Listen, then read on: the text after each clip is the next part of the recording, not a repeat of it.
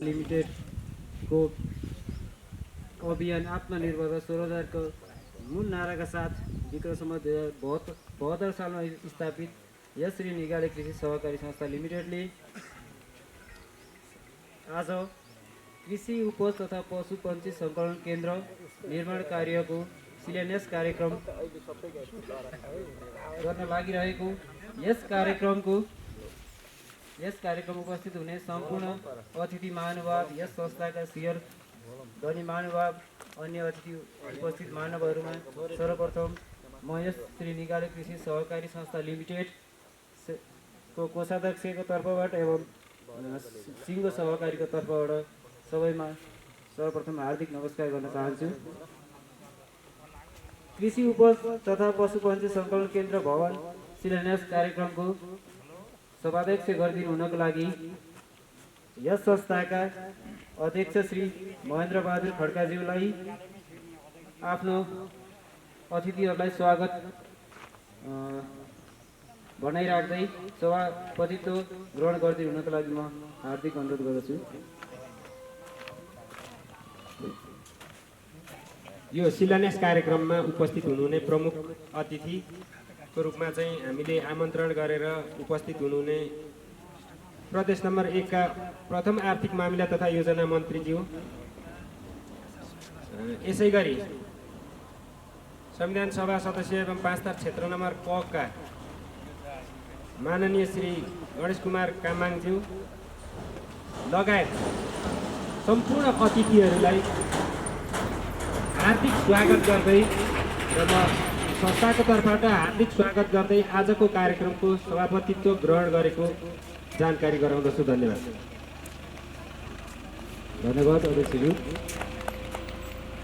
आज यस शिलान्यास कार्यक्रमको 5 तर FM 91 मेगाहर्जद्वारा पनि प्रत्यक्ष प्रसारण भइरहेको कुरा यहाँहरू सबैमा जानकारी गराउन चाहन्छु। अध्यक्षज्यूको अनुमतिले अब म यस शिलान्यास कार्यक्रमलाई अगाडि बढाउन गइरहेको छु। यस शिलान्यास कार्यक्रममा प्रमुख अतिथिको आतिथ्यता ग्रहण गरिदिनु हुनको लागि प्रदेश नम्बर 1 का प्रथम आन्तरिक मामिला तथा योजना मन्त्री एवं प्रदेश नम्बर 1 का वर्तमान मौसमज्यूलाई प्रमुख अतिथिको आचरण गरिदिनु हुनको लागि हार्दिक अनुरोध गर्दछु। यसै गरी विशेष अतिथिको रूपमा संविधान सभा सदस्य एवं 5 तर निर्वाचन क्षेत्र का प्रदेश सभा सदस्य माननीय श्री गणेश कुमार कामाङज्यूलाई विशेष अतिथिको आसन ग्रहण गरिदिनु हुनको लागि म हार्दिक अनुरोध गर्दछु। यसै गरी विशेष अतिथिको आचरण गरिदिनु हुनका लागि कुमाई गाउँपालिकाका अध्यक्ष श्री जयबहादुर चेमनज्यूलाई अनुरोध गर्दछु। यसै गरी विशेष अतिथि नेपाल कम्युनिस्ट पार्टी नेकपा प्रदेश कमिटी सदस्य श्री अमर सिंह थापाज्यूलाई विशेष अतिथिको आसन ग्रहण गरिदिनु हुनको लागि म हार्दिक अनुरोध गर्दछु। यसै गरी विशेष अतिथिको रूपमा नेपाल कम्युनिस्ट पार्टी नेकपा प्रदेश कमिटी सदस्य श्री दिनेश कुमार लाउतीज्यूलाई विशेष अतिथिको आसन ग्रहण गरिदिनु हुनको लागि म हार्दिक अनुरोध गर्दछु। यसै गरी विशेष अतिथिको आसन ग्रहणको लागि कुमाई गाउँपालिका आर्थिक विकास समिति संयोजक एवं कुमाई गाउँपालिका वडा नम्बर 5 का वडा अध्यक्ष श्री यामबहादुर बोराज्यूलाई विशेष अतिथिको आसन गरिदिनुको लागि म हार्दिक अनुरोध गर्दछु। यसै गरी अतिथिको आचरणको लागि वडा नम्बर 1 का वडा अध्यक्ष श्री देवेन्द्र कुमार लावती,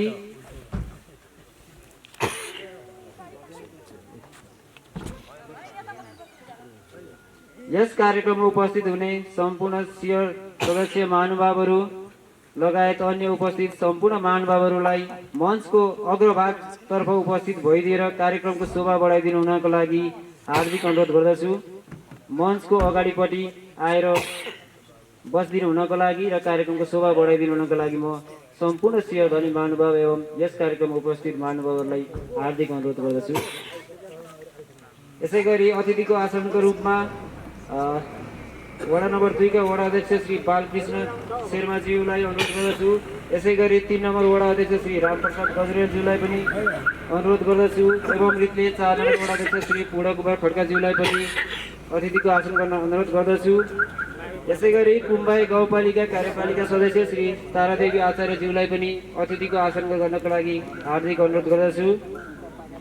यसै गरी यस कृषि उपज तथा पशु पन्छी सङ्कलन केन्द्र भवन निर्माणका लागि जग्गा प्रदान गर्नुहुने जग्गादाता स्याब्रुम्बा गाउँ पञ्चायतका पूर्व प्रधान पञ्च श्री भीमबहादुर खड्काज्यूलाई अतिथिको आसन ग्रहण गरिदिनु हुनको लागि म हार्दिक अनुरोध गर्दछु।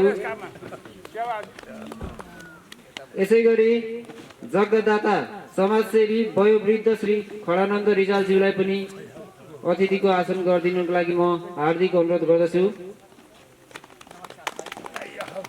यसै गरी जग्गादाता समाजसेवी श्री इन्द्र प्रसाद रिजालज्यूलाई पनि अतिथिको आसन गरिदिनु हुनको लागि म हार्दिक अनुरोध गर्दछु।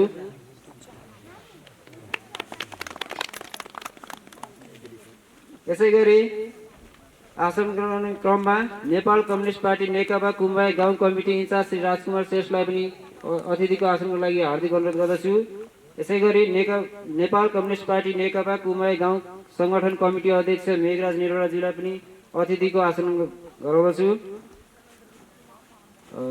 कुम्बाई गाउँपालिका प्रशासकीय अध्यक्ष श्री देवेन्द्र कटवाल सरलाई पनि अतिथिको आसनको निम्ति अनुरोध गर्दछु। अतिथिहरू आउने क्रम भइरहेको हुनाले उहाँहरू आइपुग्नु भएको छैन। यसै गरी कुम्बाई गाउँपालिका प्राविधिक शाखा प्रमुख इन्जिनियर श्री महेन्द्र बास्कोटा सरलाई अतिथिको आसन गरिदिनु हुनको लागि म हार्दिक अनुरोध गर्दछु। यसै गरी कुम्बाई गाउँपालिका पशुपन्छी सेवा शाखा प्रमुख श्री कोविद सुब्बा सरलाई पनि अतिथिको आसनको लागि हार्दिक अनुरोध गर्दछु। यसै गरी कुम्बाई गाउँपालिका कृषि विकास शाखा प्रमुख श्री प्रज्ञा सुन्दासलाई पनि मञ्चमा आएर अतिथिको आसन गर्नको लागि म हार्दिक अनुरोध गर्दछु। यसै गरी 5 थर FM का स्टेसन म्यानेजर श्री कविन्द्र शर्माज्यूलाई पनि अतिथिको आसन गरिदिनु हुनको लागि हार्दिक अनुरोध गर्दछु। एबी न्युज टेलिभिजन संवाददाता श्री रमेश थापाज्यूलाई अतिथिको आसन गरिदिनु हुनको लागि म हार्दिक अनुरोध गर्दछु। इलाका प्रहरी कार्यालय यासोका इन्चार्ज श्री उदय राजवंशी ज्यूलाई पनि अतिथिको आसन गरिदिनु हुनको लागि म हार्दिक अनुरोध गर्दछु। यसै गरी यहाँ उपस्थित सम्पूर्ण यस श्री निगाले कृषि सहकारी संस्था लिमिटेडका शिर धनी महानुभाव र अन्य उपस्थित महानुभावजीहरूलाई यथास्थानमा आसन गरिदिनु हुनको लागि म हार्दिक अनुरोध गर्दछु। आसनको क्रमलाई आवश्यकता अनुसार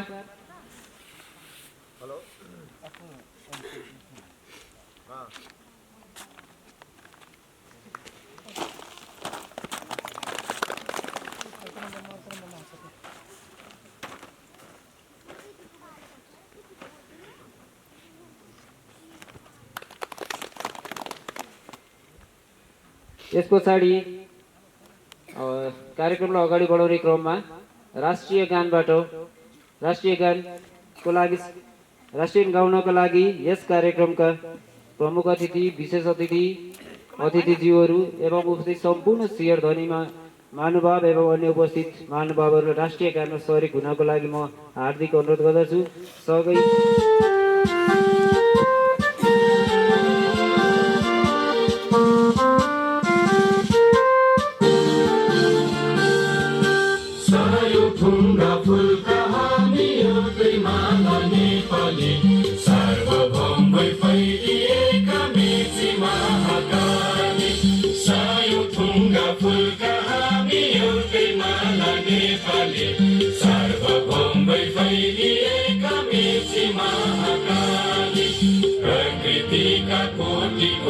सम्पदाको आचल वीरहरू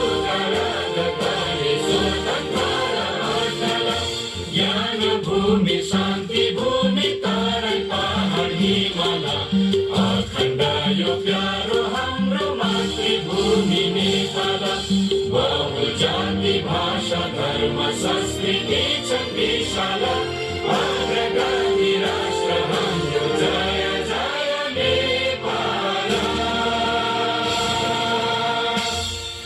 आजका यस कार्यक्रमका सञ्चालक तथा निगाले कृषि सहकारीका कोषाध्यक्षज्यू,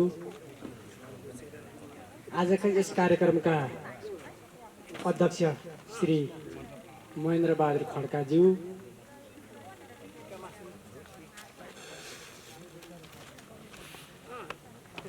प्रमुख अतिथि प्रदेश नम्बर 1 का प्रथम आर्थिक मामिला तथा योजना मन्त्री एवं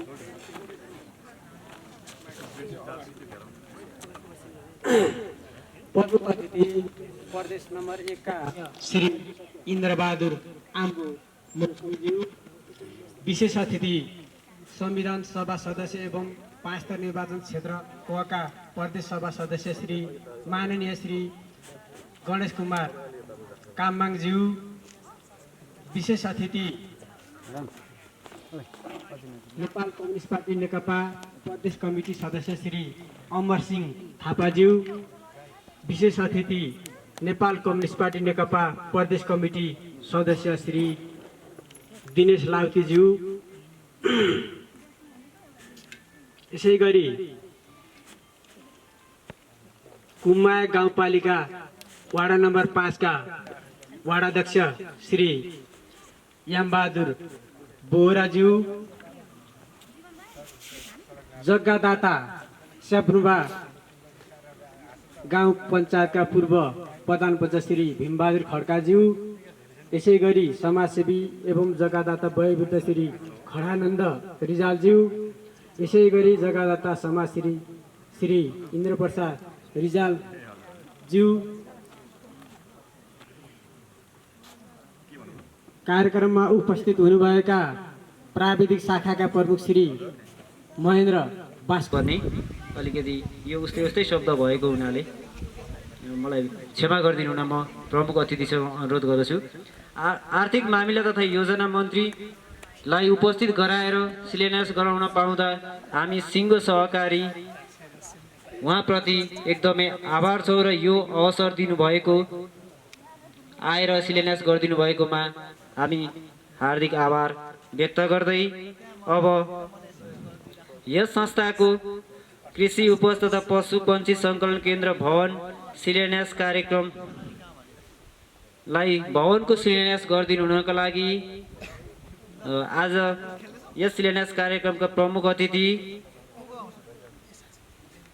प्रदेश 1 का प्रथम आर्थिक मामिला तथा योजना मन्त्री एवं प्रदेश 1 का वर्तमान प्रदेश सभा सदस्य माननीय श्री इन्द्रबहादुर आम्बुज्यूलाई अनुरोध गर्दै मञ्चमा आसीन विशेष अतिथिज्यूहरूलाई शिलान्यास कार्यक्रममा सहभागी भइदिनु हुनको लागि म हार्दिक अनुरोध गर्दछु।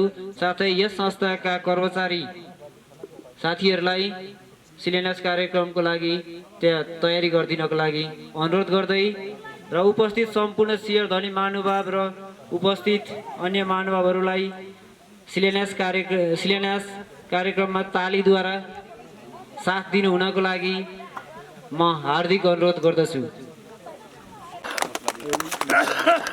पहिला गरेको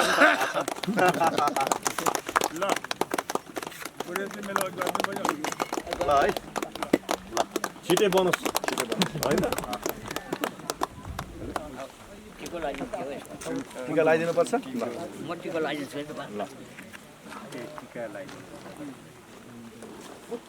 सर्व मङ्गल मङ्गल्यम शिवे साधिके राम्रो आशीर्वाद दिनु पर्यो है।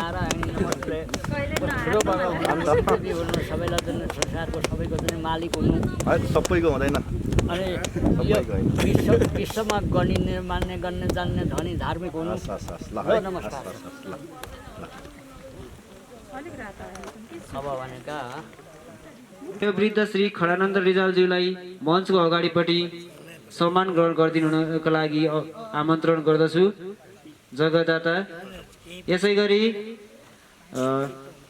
जग्गादाता स्याब्रुमा गाउँ पञ्चायतका पूर्व प्रधान पञ्च श्री भीमबहादुर खड्काज्यूलाई पनि म मञ्चको अगाडि आमन्त्रण गर्दछु। यसै गरी समाजसेवी श्री इन्द्र प्रसाद रिजालज्यूलाई पनि मञ्चको अगाडिपट्टि सम्मान ग्रहण गरिदिन उपस्थितको लागि अनुरोध गर्दछु। यसै गरी ल धेरै धेरै बधाई छ, धन्यवाद छ। यसरी समाज यो चाहिँ लाग्छ, यो समाजसेवा चाहिँ लाग्छ। ल नमस्कार छ है।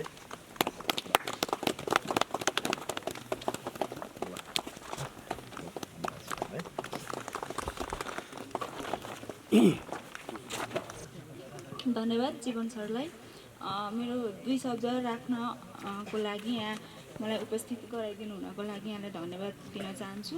र यस श्री निगाले कृषि सहकारी संस्था लिमिटेड कुमाईक 5 स्तरमा चाहिँ कृषि उपज तथा पशुपन्छी सङ्कलन केन्द्र भवन शिलान्यास कार्यक्रमका प्रमुख अतिथि प्रदेश नम्बर 1 का प्रमुख प्रथम आर्थिक मामिला तथा योजना मन्त्री एवं प्रदेश नम्बर 1 का वर्तमान प्रदेश सभा सदस्य माननीय श्री इन्द्रबहादुर आङ्बो ज्यूलाई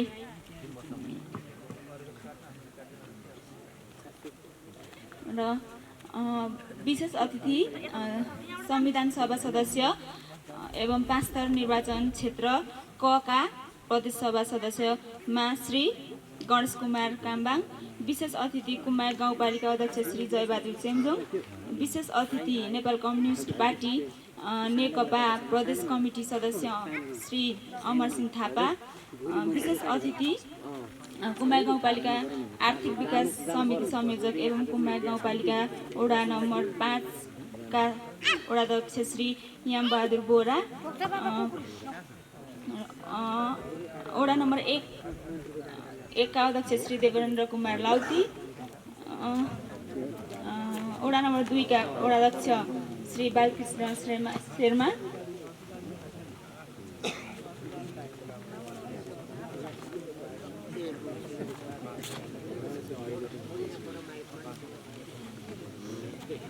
सञ्चालक सर, यस निगाले कृषि सहकारी संस्था लिमिटेडको यो कृषि उपज सङ्कलन केन्द्र शिलान्यास कार्यक्रमको अध्यक्ष गरिरहनुभएका तथा यस संस्थाका अध्यक्ष महेन्द्र अनुराग दाई, प्रमुख अतिथि प्रदेश नम्बर 1 का प्रथम आर्थिक मामिला तथा योजना मन्त्री एवं प्रदेश नम्बर 1 का वर्तमान प्रदेश सभा सदस्य माननीय श्री इन्द्रबहादुर आङ्बोज्यू, विशेष अतिथि संविधान सभा सदस्य एवं 5 स्तर निर्वाचन क्षेत्र क का प्रदेश सभा सदस्य माननीय श्री गणेश कुमार काम्बाङज्यू, उहाँको नाम लिँदै गर्दा मलाई थोरै 2068 सालतिरको याद आयो।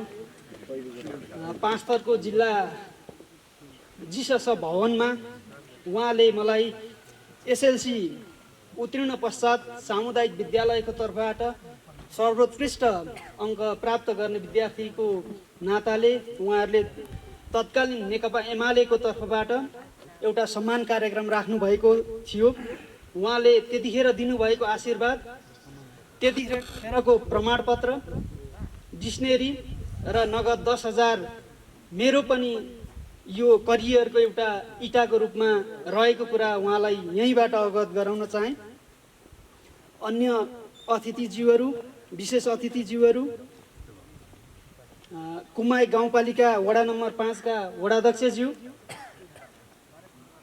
यस सहकारी संस्था सञ्चालक समितिका महानुभावहरू र सम्पूर्ण शेयर सदस्यज्यूहरूमा मेरो तर्फबाट एकमुष्ट नमस्कार टक्राएँ। हामी त्यतिखेर खुसी हुन्छौँ जब नेपाल एउटा कृषि प्रधान देश हो, फेरि त्यतिखेरै दुखी हुन्छौँ हाम्रा स्थानीय स्तरमा हामीले नै उत्पादन गरेका कृषि उपजहरूले हाम्रो पेट भरिँदैन। सायद यो नारामा मात्रै सीमित भयो, यसको यथार्थ चित्रण यथार्थ रूपमा यसलाई व्यवहारमा प्रयोग गरिएन, व्यवहारमा प्र्याक्टिस गरिएन। मलाई जहाँसम्म याद छ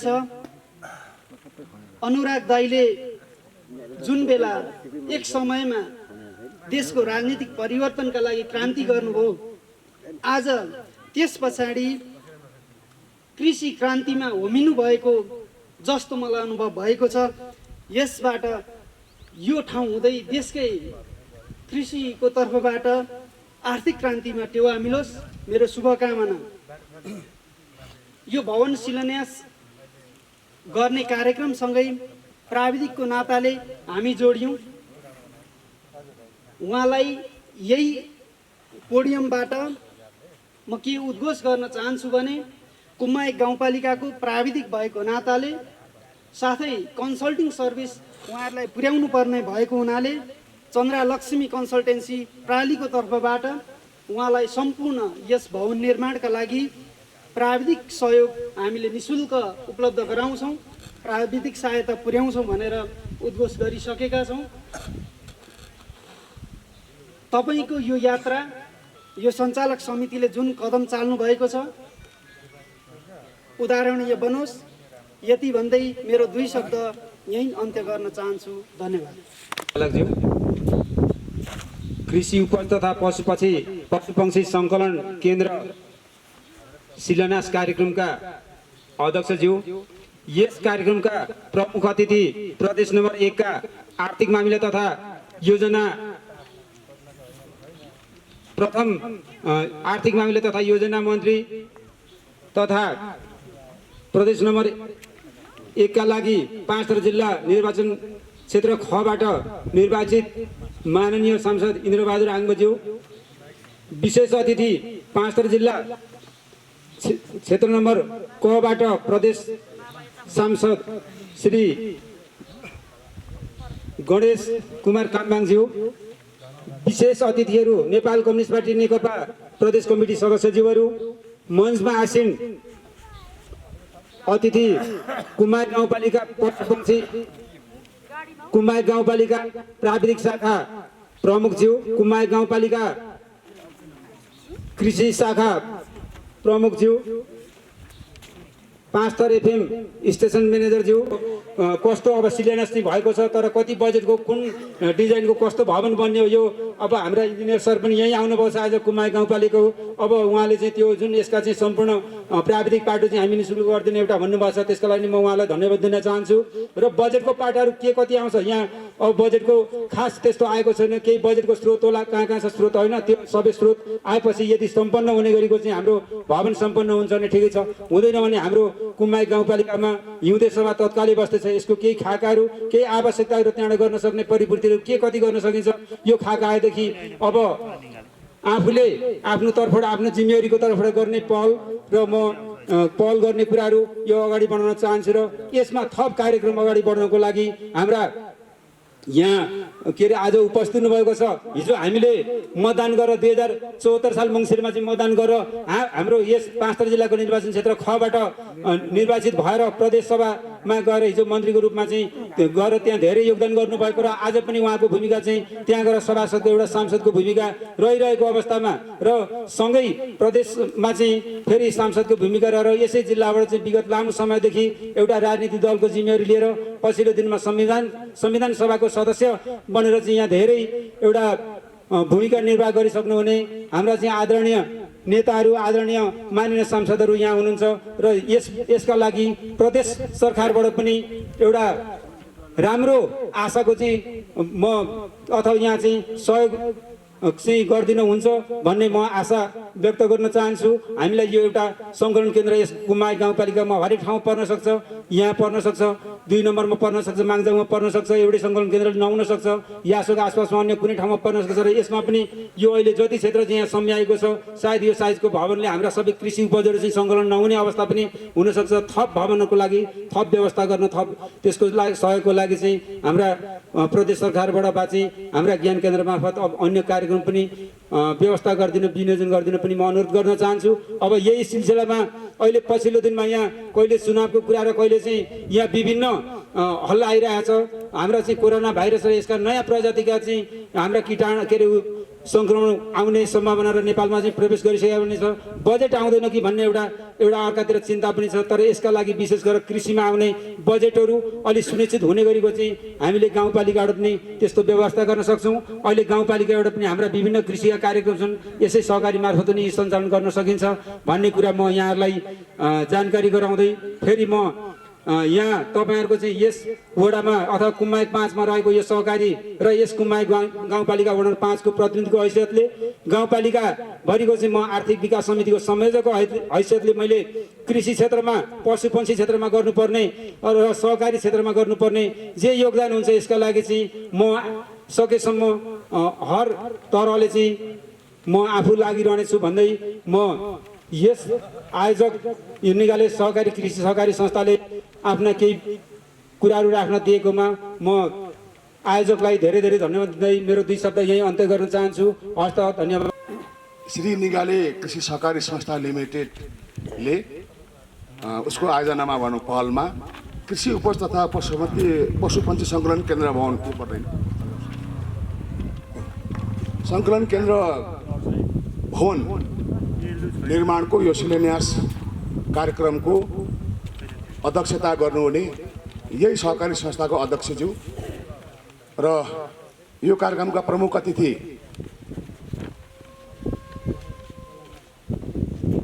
नेकपाको केन्द्रीय सदस्य तथा 5 थर इन्चार्ज अथवा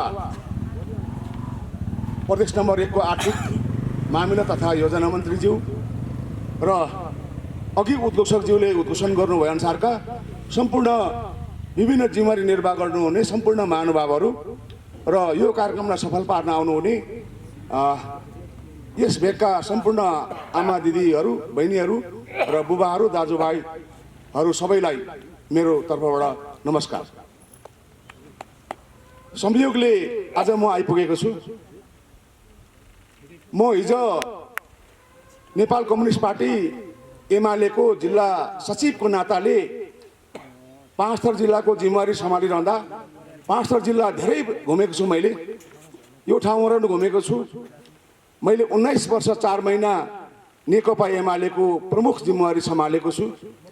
त्यतिखेर हाम्रो कार्यकर्ता अथवा हामी गरिब नेपाली वर्गहरू हाम्रो कार्यकर्ता परिचालित हुनको लागि पनि आर्थिक अवस्था कमजोर भएको नाताले फिदिम पुग्न सक्ने पनि अवस्था निकै गम्भीर हुन्थ्यो। वरपर हिँड्ने पनि निकै गम्भीर हुन्थ्यो र हामीले त्यतिखेरदेखि पनि हाम्रो आर्थिक अवस्थाले मजबुत बनाउन सहकारी संस्थाहरू सहकारीहरू खोल्नुपर्छ। त्यति मात्रै न, झिनो मसिनो भाषामा भन्दाखेरि मैले नै पनि कति ठाउँमा भन्ने गरेको छु।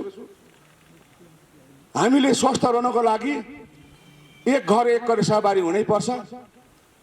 हाम्रो पाको जमिनहरू त्यसै लडिराखेको छ।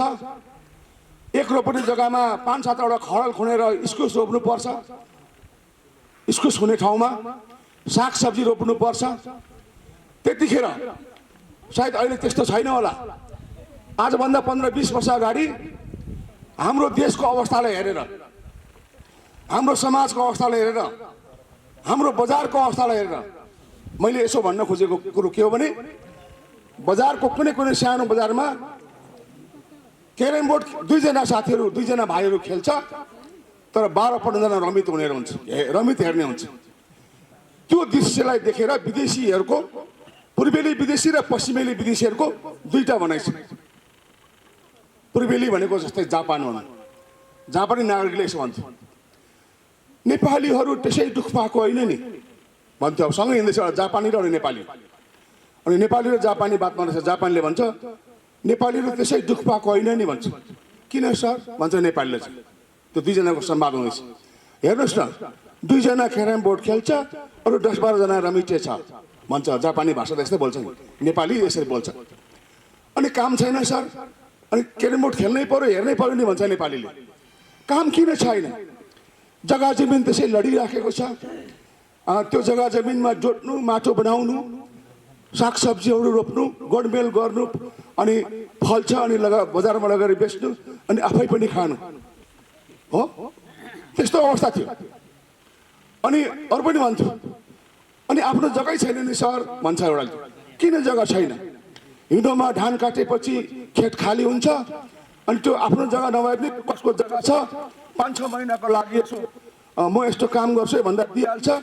अनि माटो बनाउने अनि प्याज लसुनहरूको बेर्ना बनाउने अनि सागहरू पनि रोप्ने बनाउँछ। अनि त्यो प्याज र लसुनको बेर्ना कहाँबाट किनेर बनाउने सर भन्छ नेपालीले। अनि यहाँ नेपालमा कृषि विकासहरू ब्याङ्कहरू छैन, ऋण दिने ब्याङ्कहरू छ, त्यो ब्याङ्कबाट ऋण ल्याएर चाहिँ त्यसो गर्दा हुन्छ नि भन्थ्यो। यो पूर्वेली विदेशीहरूको दृष्टिकोण हामी नेपालीहरूप्रति। त्यतिखेर हाम्रो नेपाली युवाहरू त्यसै थिए।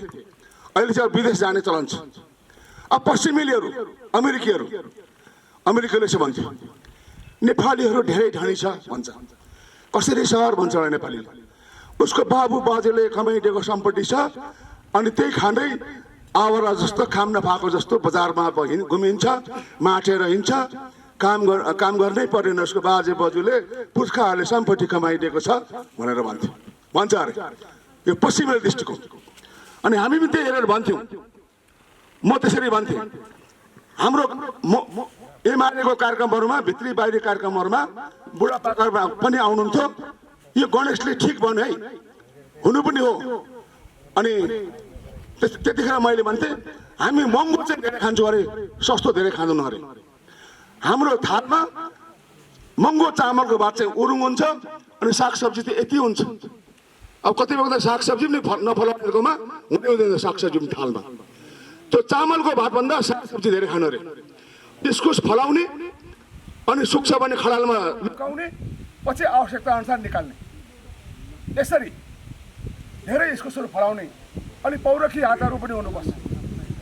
अनि त्यसलाई थाङ्रा बनाइदिने, छारी बनाइदिने, त्यसो गरेर पनि यहाँ बेटी डाउन भएको। यसरी मैले पनि भन्दै हिँड्ने गरेको छु।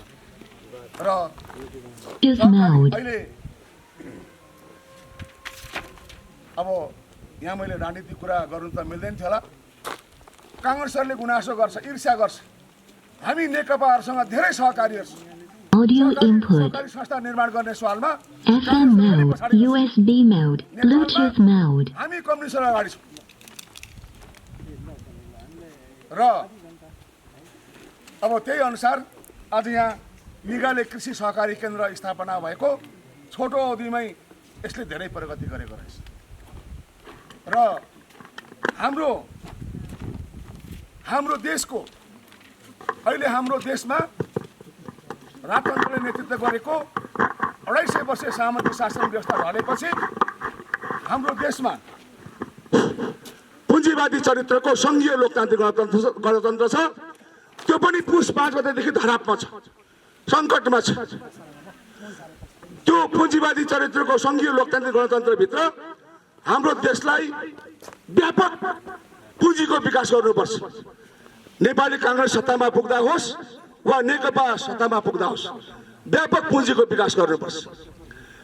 ढलेको सामन्तवादका अवशेषहरूलाई हामीले निर्मूल पार्दै, यो कम्युनिस्टहरूले मात्रै होइन काङ्ग्रेसहरूले पनि सत्तामा पुग्दाखेरिको अवस्थामा मात्र होइन, तल प्रतिपक्षमा रहँदाखेरिको अवस्थामा पनि होस्, सत्तामा पुग्नेले मात्र होइन प्रतिपक्षमा रहनेले पनि त्यो गर्नुपर्छ। अनि उहिलेको पुरानो शैलीको कृषि उत्पादन प्रणालीलाई हामीले नष्ट गर्नुपर्छ। नयाँ खालको कृषि प्रणाली भनौँ हामीले थालनी गर्नुपर्छ। बाँझो रहेका जग्गाहरूलाई कृषियोग्य जमिन बनाउनुपर्छ। सिँचाइ नभएका ठाउँलाई सिँचाइ योग्य कहाँ हुन्छ सिँचाइ पुर्याउनुपर्छ। खोला छेकेर जमिन पाल परेर कि नहोस् त्यसरी सिँचाइको व्यवस्था गर्नुपर्छ। जस्तै 2 नम्बर प्रदेशका धेरै जिल्लाहरूमा सुक्खाग्रस्त क्षेत्रहरू छ।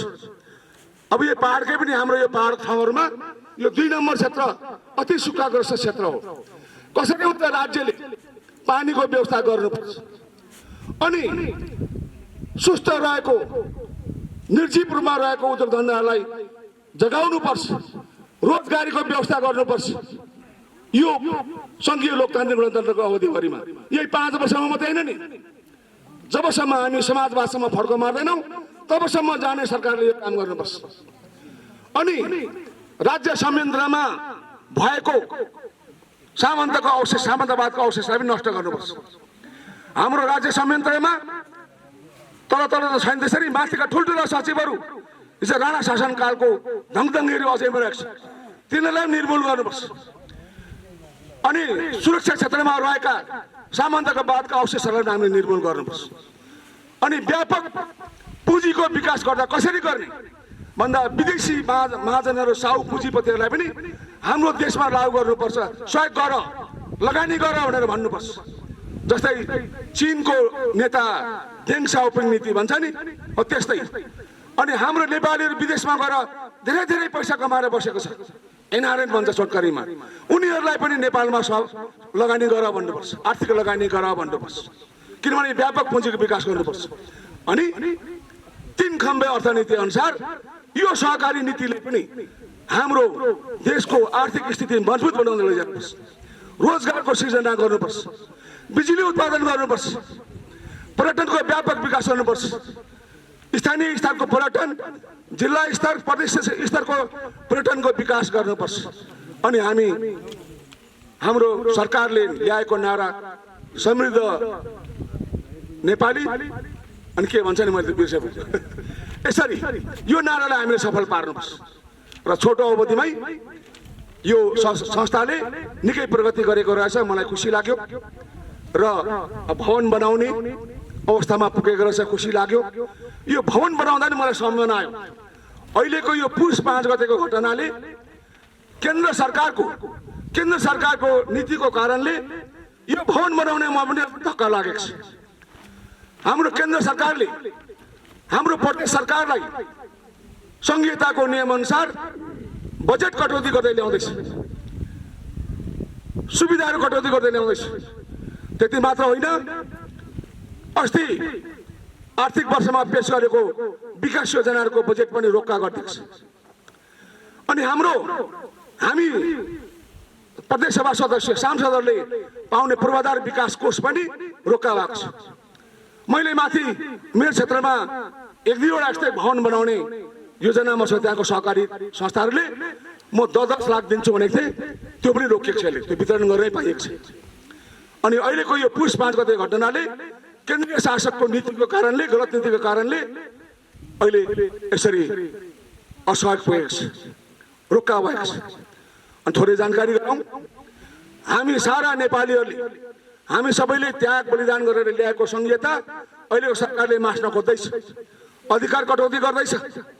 सबै कुराहरू प्रदेशलाई पुरै कटाउने र केन्द्र र तल गाउँपालिका राख्ने, गाउँपालिकाले यति शब्दमा भन्दा सीमित अधिकार दिने, सबै अधिकार माथिबाट चलाउने यस्तो अवस्था आउँदैछ। यसमा सजाग हुनुपर्छ। पुस 5 गते 2 त्यागको सरकार ढालेर यसो भन्दाखेरि अब एउटा पाटोडा भन्दा नेपाली काङ्ग्रेसलाई दाउ पर्यो भन्ने हुन्छ। यो सरकार ढालेर नेकपा फुट्दाखेरि नेपाली काङ्ग्रेस खुसी हुनु पर्दैन, नहुनु होला भन्ने म हार्दिक अनुरोध गर्छु।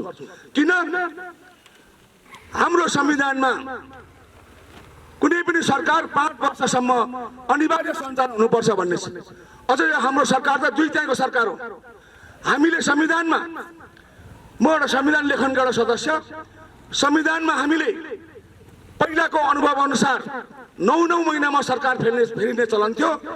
त्यस्तो अस्थिर अवस्था थियो, त्यसलाई त्यस्तो अस्थिर अवस्था नहोस् भनेर हामीले संविधानमा व्यवस्था गरेका छौँ। 2 कुराहरू, एउटा हामी संविधानमा व्यवस्था गरेको चुनावमा 3% मत ल्याउनै पर्छ र प्रत्यक्षमा एउटा सिट जितेको हुनुपर्छ, त्यो पार्टी मात्रै राष्ट्रिय पार्टी मान्यता प्राप्त हुन्छ। एउटा अर्को, अब पार्टी फुटाउने अनि धेरै पार्टी हुने, देश अस्थिर हुने, त्यस्तो नहोस् भनेर पार्टी केन्द्रीय कमिटीको 40% अनि संसदको 40% लिएर जाँदा मात्रै पार्टी फुटेको ठहरिँदैछ। अनि त्यस्तो हुन्छ, त्यस्तो अस्थिर हुन्छ भनेर हामीले त्यो 2टै व्यवस्था गरेको हौँ। यसरी अब अर्को, प्रधानमन्त्री भएको मितिदेखि 2 वर्षसम्म अविश्वासको प्रस्ताव ल्याउन पाइँदैन भनेर हामीले संविधानमै व्यवस्था गरेका छौँ। तर संविधानमै व्यवस्था नभएको, संविधानको धारा 76 का 7वटा बुँदासम्म जुन व्याख्या भएको छ, त्यो व्याख्यादेखि बाहिरको कस्तो अधिकार प्रयोग गरेर हाम्रो प्रधानमन्त्रीजीले 2 त्यागको संसद विघटन गर्नुभएको छ। वैशाख 17-27 मा चुनाव हुन्छ भन्नुभएको छ, अनि हामी भन्छौँ चुनाव हुँदैन।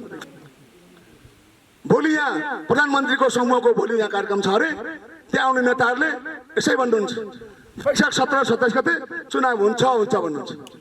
उहाँहरूको नेताले मङ्सिर 17-27 भन्छ। अब कुन कुरो मान्ने? त्यसैले म अन्तिममा जुनसुकै पार्टीका किन नहौँ, अहिले प्रधानमन्त्रीले पुस 5 गरेको प्रतिगमनको विरोधमा लाग्नुपर्छ, संसद पुनर्स्थापना हुनुपर्छ भन्ने सवालमा यहाँहरूको ध्यान जाओस् भन्ने अनुरोध गर्दै मेरो छोटो बनाई म यही सक्छु। नमस्कार। तथा योजना मन्त्री एवं प्रदेश नम्बर 1 का प्रदेश सभा सदस्य माननीय श्री इन्द्रबहादुर आङबोज्यूलाई आफ्नो मन्तव्य राखिदिनु हुनको लागि हार्दिक अनुरोध गर्दछु।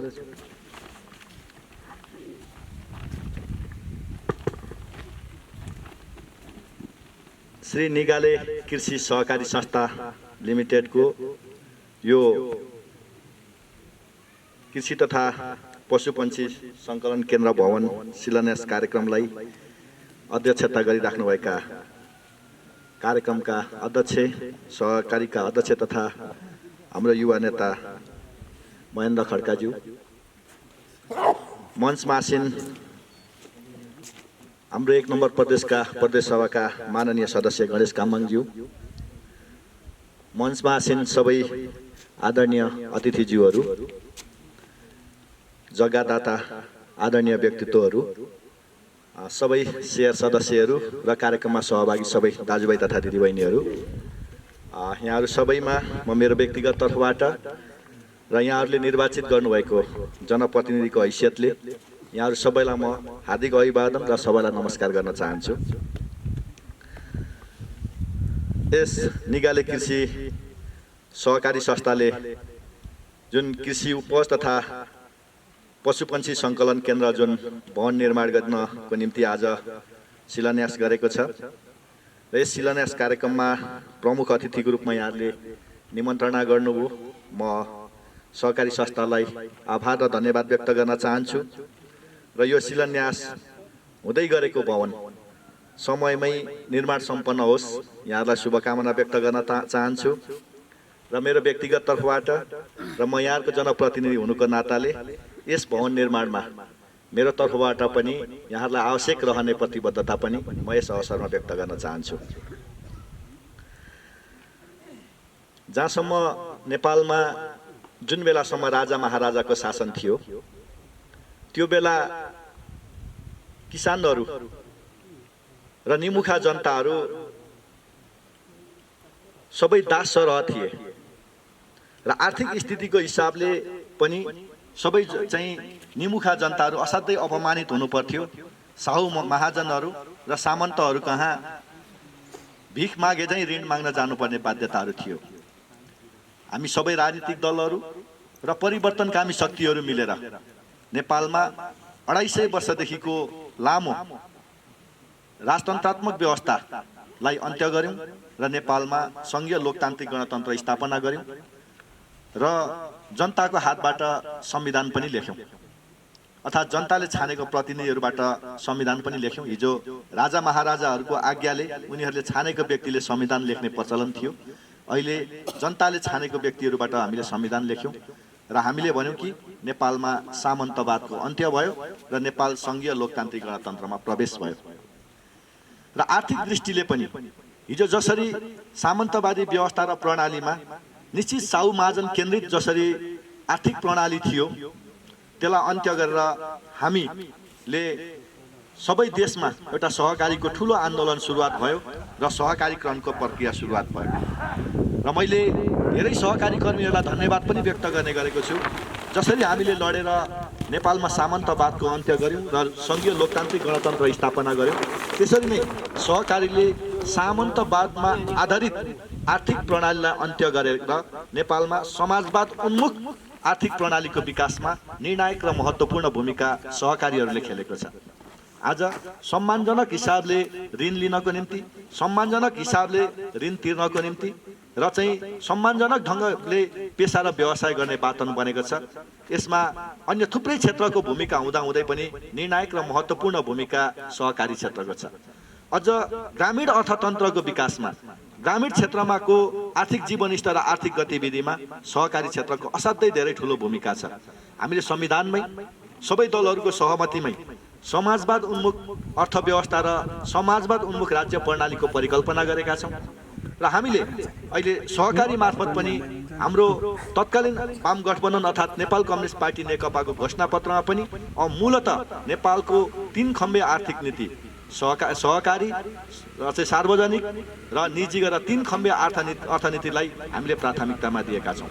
नेपालको संविधानमै पहिलोपटक सहकारी क्षेत्रलाई नेपालको अर्थतन्त्रको र आर्थिक क्षेत्रको मुख्य मेरुदण्डको रूपमा अहिलेको संविधानले स्वीकारेको छ र अहिलेको व्यवस्थाले स्वीकारेको छ। त्यसकारणले गर्दा सहकारी क्षेत्रको भविष्य उज्जवल छ र सहकारीले नै समाजवादको आधारहरू तयार गर्न सक्छ र ग्रामीण क्षेत्रमा रहेको गरिबीलाई अन्त्य गर्न सक्छ र ग्रामीण अर्थतन्त्रलाई बलियो बनाउन सक्छ।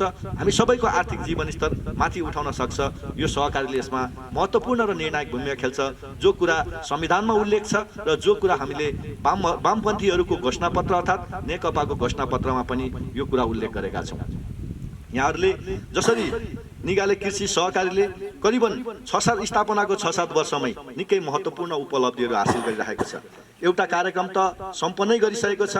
अहिले प्रदेश सरकारबाट हामी गइसके पछाडि प्रदेश सरकारको तर्फबाट सञ्चालित 2टा महत्त्वपूर्ण कार्यक्रमहरू अहिले यहाँहरूले सञ्चालन गरिराख्नु भएको छ।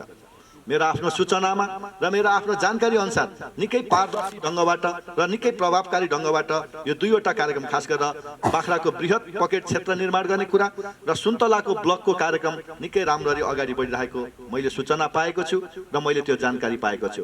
यसमा मेरो पनि पूर्ण रूपबाट सहयोग निश्चितै रूपमा छ।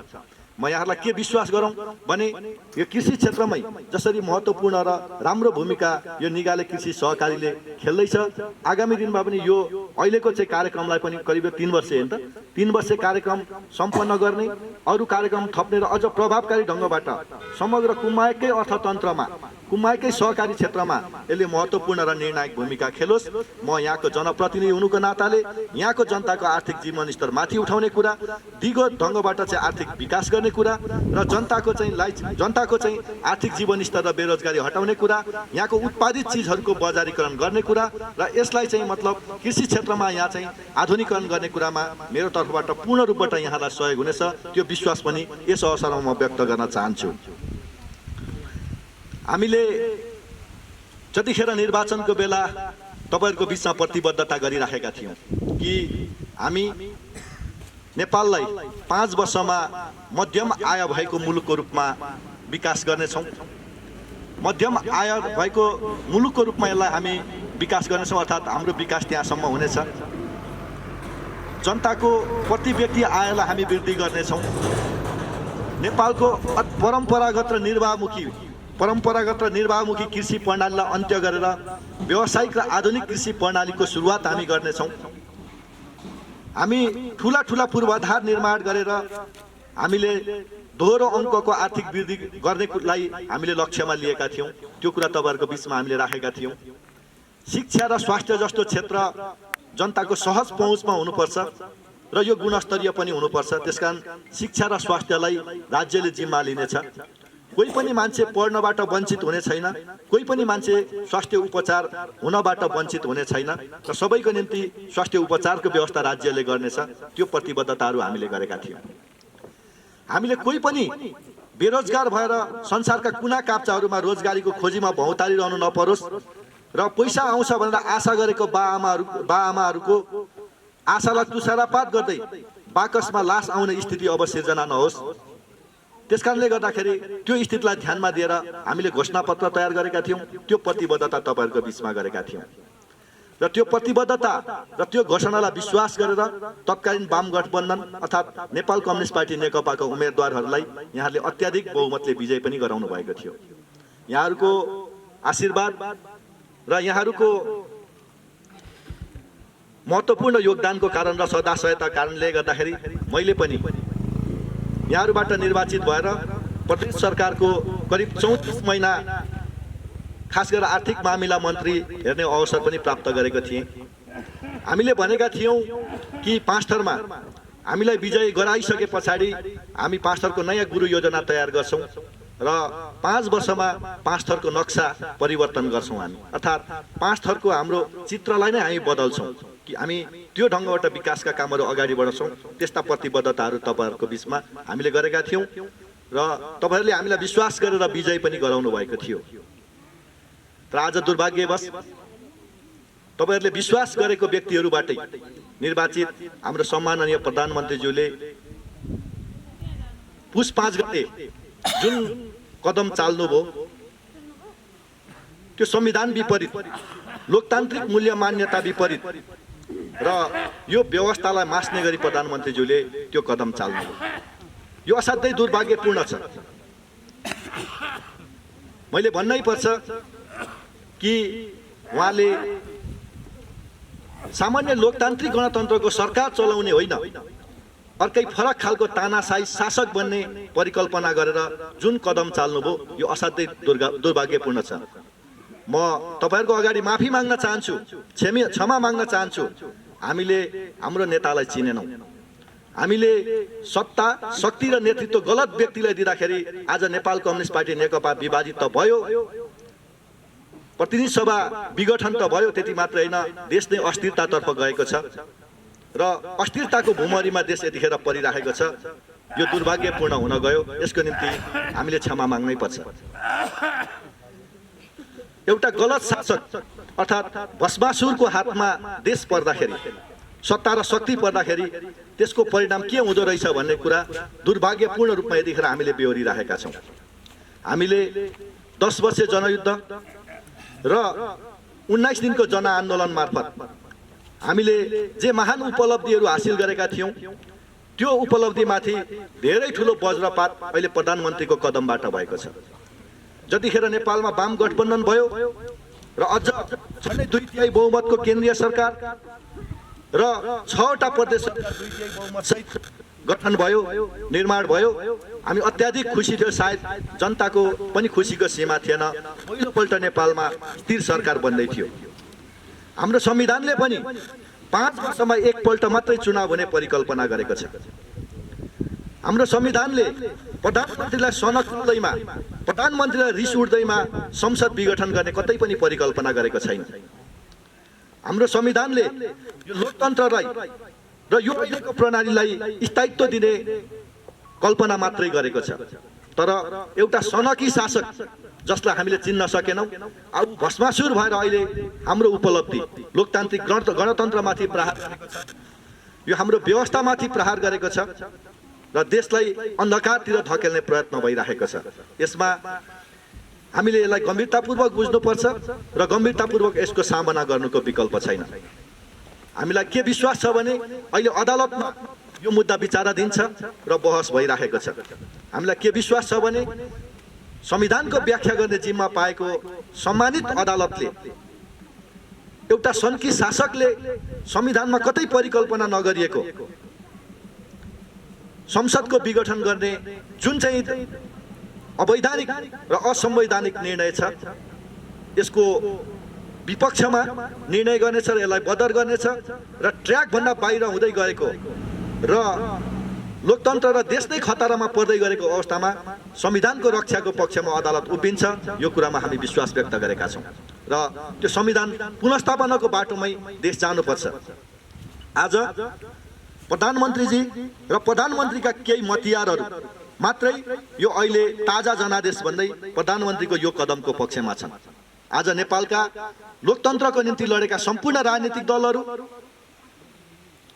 नागरिक समाज, सबै सञ्चारकर्मी अर्थात् मिडियाहरू, पूर्व प्रधान न्यायाधीश लगायत न्यायाधीशहरू, संविधानविदहरू, कानुनविदहरू र सबै राम्रा दिमाग भएका मान्छेहरू आज प्रधानमन्त्रीको यो कदमको विपक्षमा छन् र केही प्रधानमन्त्रीको पक्षमा सानो एउटा हिस्सा मात्रै अहिले कसैलाई देखाइदिने नाममा अहिले संसद विघटनको पक्षमा छन्। म तपाईलाई भन्न चाहन्छु, एउटा घरमा झगडा भयो भन्दैमा घर आगो लाउने कुरा बुद्धिमानी हुँदैन। एउटा गाउँमा दुईटा घर बीचमा चाहिँ झगडा भयो भन्दैमा समग्र गाउँ नै डढेलो लाउने कुरा बुद्धिमानी हुँदैन। नेकपाको विवाद आन्तरिक थियो, नेकपाको विवाद नेकपा भित्रै समाधान गर्न सकिने अवस्थामा थियो। तर नेकपाको विवादको सबैभन्दा ठुलो प्रहार संसदलाई र जननिर्वाचित संस्थालाई गरियो र संविधानमाथि प्रहार गरियो। र आज ताजा जनादेशको कुरा गरिँदैछ। 2/3 बहुमत भएको, आफ्नै पार्टीको 2/3 बहुमत भएको संसदलाई विघटन गरेर फेरि प्रधानमन्त्री ताजा जनादेशमा जान चाहनुहुन्छ? संसारमा कहीँ पनि त्यस्तो उदाहरण छैन कि कुनै पनि तानाशाही शासक आफूले हार्ने चुनावमा गएको कहीँ पनि इतिहास छैन। आज प्रधानमन्त्री आफ्नो 2/3 बहुमतको चाहिँ संसदलाई विघटन गरेर ताजा जनादेशमा जान खोज्दै हुनुहुन्छ भनिराख्नु भएको छ। यो त जनतामा जाने भनेको त लोकतान्त्रिक प्रक्रिया पो हो त। जनतामा जान किन डराउने? चुनावमा जानको निम्ति फल्ना पार्टीहरू किन डराउने भनिराख्नु भएको छ। डराउने या आँट गर्ने हिम्मत गर्ने कुरै होइन प्रधानमन्त्रीज्यू। मुख्य कुरा भनेको त 5 वर्षमा हुने निर्वाचनमा जान हामी हमेसा जतिखेर पनि तयार छौँ। 5 वर्षसम्म संसदको स्थिरताको पक्षमा छौँ। हामी त संसद विघटनको विपक्षमा छौँ। हामी अस्थिरताको चाहिँ विपक्षमा छौँ। विदेशी शक्ति केन्द्र लगायत कतिपय शक्ति केन्द्रको चल खेल्ने नेपालमा अस्थिरता ल्याउने कुराको विपक्षमा छौँ। जनताको जनमतको कसीमा जाँचिन हामी जहिले पनि तयार छौँ।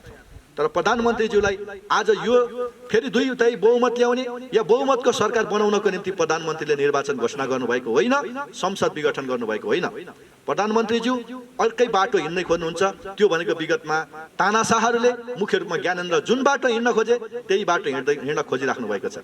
अघि प्रसङ्ग पनि उठ्यो, हाम्रो प्रमुख प्रतिपक्षी दल अहिले पनि धर्मराइराखेको छ। नेकपा फुट्यो, अब हामी जित्छौँ भनेर अलिअलि काङ्ग्रेसको हड्डी हाँसिराखेको मैले देखिराखेको छु। त तपाईँले यो विश्वास नगर्नुहोस्, चुनाव भयो भने पो चुनाव लडेर जित्नुहुन्छ होला त। मैदान रह्यो भने पो मैदानमा खेल खेल्ने होला त। केपी ओलीले त मैदानै भत्काउँदै हुनुहुन्छ। केपी ओली चुनावमा जाँदै हुनुहुन्न, चुनावको विपक्षमा जाँदै हुनुहुन्छ। उहाँ त तानाशाही र नोकरशाही र यो सरकारलाई निरन्तरता दिन चाहनु भएको छ। उहाँले त आफूले सङ्कटकाल लगाएर सरकार चलाउने नसके राष्ट्रपतिलाई जिम्मा लाउनेतिर गइराख्नु भएको छ। हाम्रो राष्ट्रपतिज्यू केवल प्रधानमन्त्रीको एउटा प्यादा भएर जे भन्यो त्यही हस्ताक्षर गरेर बसिराख्नु भएको छ। कुनै पनि जिम्मेवार पुरा गरिराख्नु भएको छैन। केवल देशको अभिभावक र राष्ट्रको अभिभावक होइन, एउटा गुटको अभिभावक भएर, एउटा गुटको सदस्य भएर राष्ट्रपति अगाडि बढिराख्नु भएको छ। यो दुर्भाग्यपूर्ण स्थिति आज निम्तिन पुगिरहेको छ। म तपाईँलाई आग्रह गर्न चाहन्छु, अपिल गर्न चाहन्छु, आज कुन पार्टीमा लाग्ने यो मुख्य कुरा होइन। आज प्रधानमन्त्रीले स्थिरताको विपक्षमा, संविधानको विपक्षमा र लोकतन्त्रको विपक्षमा जुन प्रहार गर्नुभएको छ र जुन कदम चाल्नु भएको छ त्यसको विपक्षमा हामी हरेक सचेत नागरिक यतिखेर उभिनुपर्छ। हामी लोकतन्त्र रहे, व्यवस्था रहे, प्रणाली रहे, भोलि प्रतिस्पर्धा गरौँला। जसले जित्छ उसले सरकार चलाउँ, नजित्नेले प्रतिपक्षमा बसेर रचनात्मक सहयोग गरौँला। तर आज प्रधानमन्त्रीले त्यो खेल खेल्ने, सबै मैदान भत्काएर तानाशाही र एकात्मक शासन चलाउने जुन सपना देखिराख्नु भएको छ त्यसको विरुद्ध हामी एकजुट हुनैपर्छ। हामीलाई विश्वास छ, मैले अघि पनि भने हामीलाई विश्वास छ प्रधानमन्त्रीज्यूले जुन कदम चाल्नुभयो यसलाई अदालतले सच्याउँछ। प्रधानमन्त्री र प्रधानमन्त्रीका साथीहरू धेरै सेटिङका कुरा गरिराख्नु भएको छ। यो संवैधानिक सर्वोच्चता भएको मुलुकमा र यो कानुनी राज्य भएको मुलुकमा सेटिङ भन्ने अपराध हो। सेटिङ गर्ने उन्मुक्ति कसैलाई पनि हुँदैन। प्रधानमन्त्रीज्यूका नजिकका मान्छेहरू यो अपराधलाई प्रशय गर्न खोजिराख्नु भएको छ। यहाँ सेटिङको चाहिँ कुनै पनि चान्सेस हुँदैन। हामीलाई थाहा छ यहाँ संविधानको सर्वोच्चता हुनुपर्छ र कानुनी राज्यको चाहिँ कानुनी राज्य सञ्चालन हुनुपर्छ। त्यो हामीले बुझेको।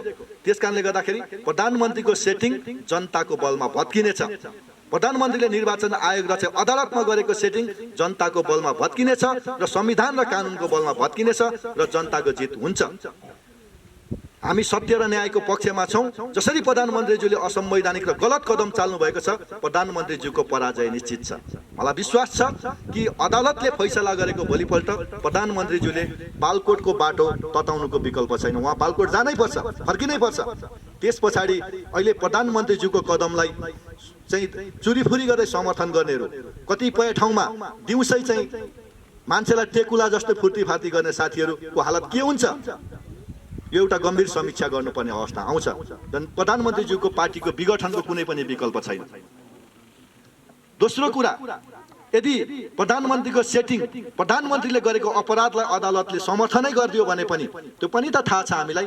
ज्ञानेन्द्रले 2059 सालमा जसरी संसद विघटन गरेर चाहिँ आफ्नो चाहिँ तानाशाही शासन लाद्न खोजे, सर्वसत्तावाद लाद्न खोजे, जनताको बलमा 4 वर्ष पछाडि फेरि संसद पुनर्स्थापना भएको इतिहास हाम्रै नेपालमा छ।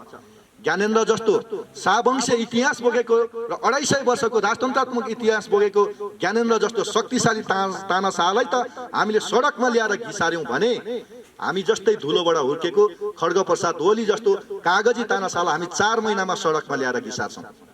त्यो तागत नेपाली जनतासँग छ, त्यो तागत हामीसँग छ। त्यसकारणले गर्दाखेरि त्यस पछाडि संसद विघटन पछाडि संसदको पुनर्स्थापना पछाडि पनि केपी ओली फेरि बालकोट नै फर्किनुपर्छ।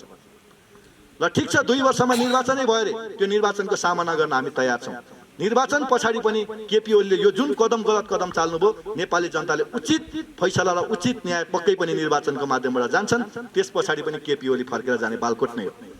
त्यसकारणले गर्दा जुन यो गलत कदम चाल्नुभयो, यो गलत कदमको एक हिसाब किताब इतिहासमा हुन्छ।